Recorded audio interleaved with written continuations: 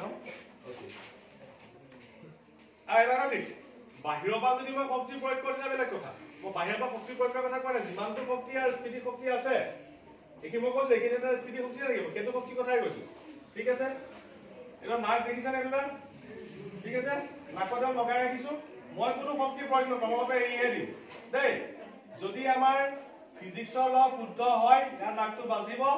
যদি নহয় নাবাছে কি কয় বাচিবনে বিজ্ঞানৰ ওপৰত বিশ্বাস আছে আছে ঠিক আছে এই দিও মই বাচিলে কিন্তু মই যদি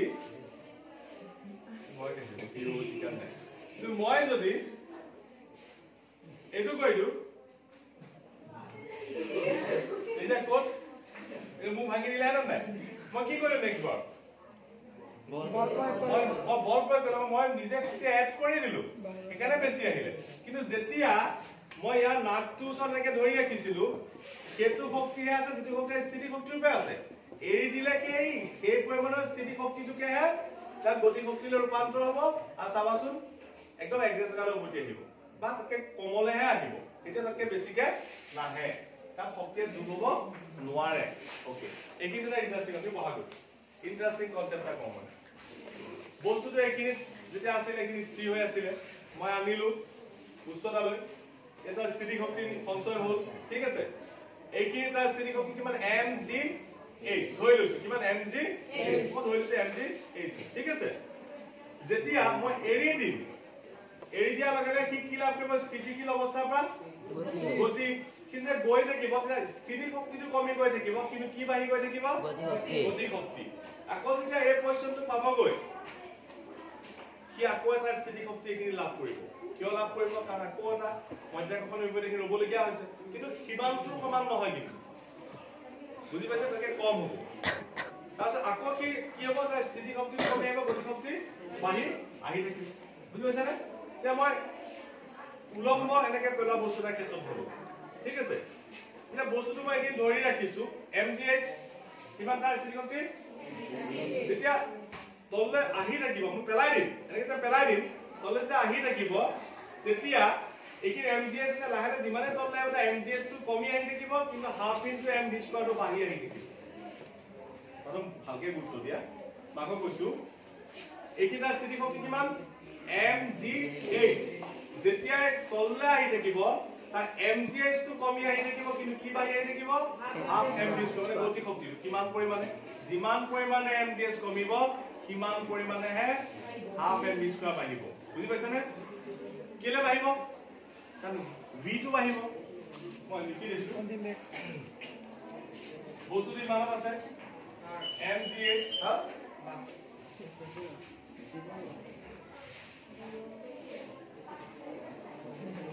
ওকে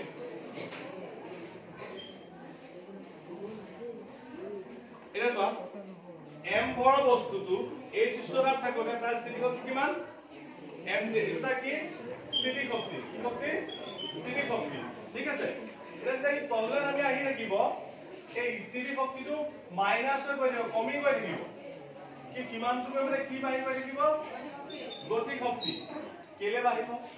এইখিনি গতি শক্তি কিমান এইটো পজিশনৰ গতি শক্তি কিমান ছিল 0 কেলে 0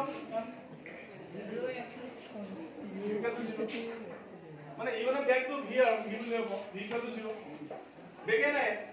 0 হৈ যাব কিন্তু মই যেটা কলো যে ইয়াৰ স্থিতি শক্তি আহিব কমি আহিব কিন্তু গতি শক্তি বাঢ়িব কাৰণ ভি মানটা লাভ কৰিব তো ভি মানটো কিমান কে লাভ কৰিব যিমান কে কমিব কিমান কে লাভ কৰিব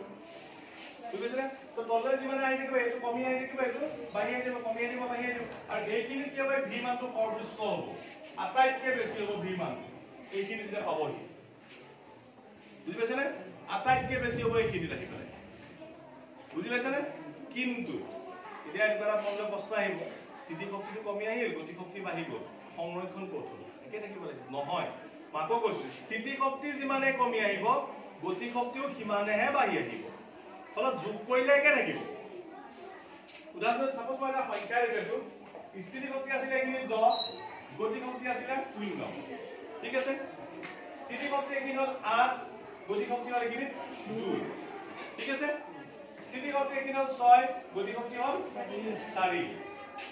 স্থিতি শক্তি কি হল 4 গতি শক্তি হল 6 স্থিতি শক্তি কি হল 2 গতি শক্তি হল 8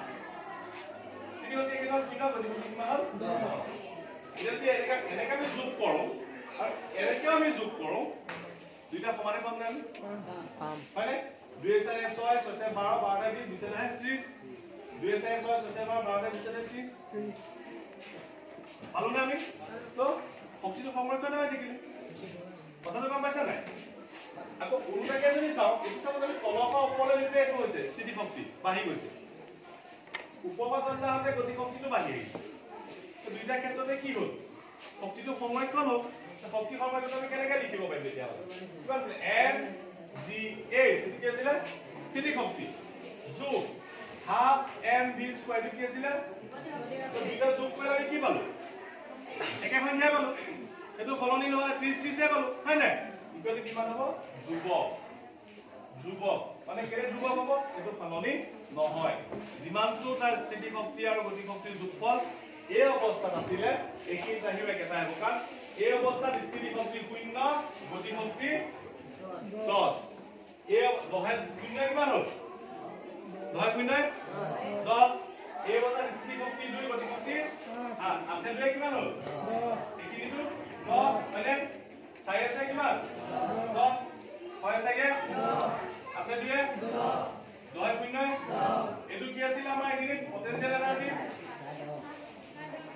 10 সৰি এটো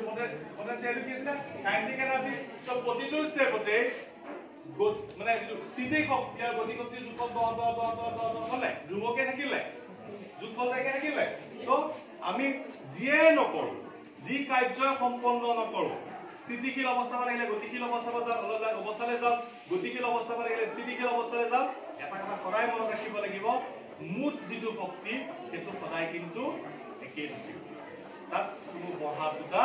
নহয় বুজি পাইছা হয় পৰিৱৰ্তন হ'ব স্থিতিৰ পৰা গতি শক্তিলৈ গতি শক্তি বা স্থিতি শক্তিলৈ কিন্তু টোটাল যিটো energy that will always remain same বুজি পাইছা নে তো এটো আমি সবাই 10 পালো গতিকে আমি কি লিখিব পাৰিম স্থিতি শক্তি যোগ গতি শক্তি গোটেই কাৰ্যটো সদায় কি লিখিব এইটোৱে হ'ল শক্তি সংৰক্ষণৰ সূত্ৰ the law of conservation of energy clear হ'ল সবৰে বুজি পালা ঠিক আছে আজি মই এইখিনি ৰৈ আছো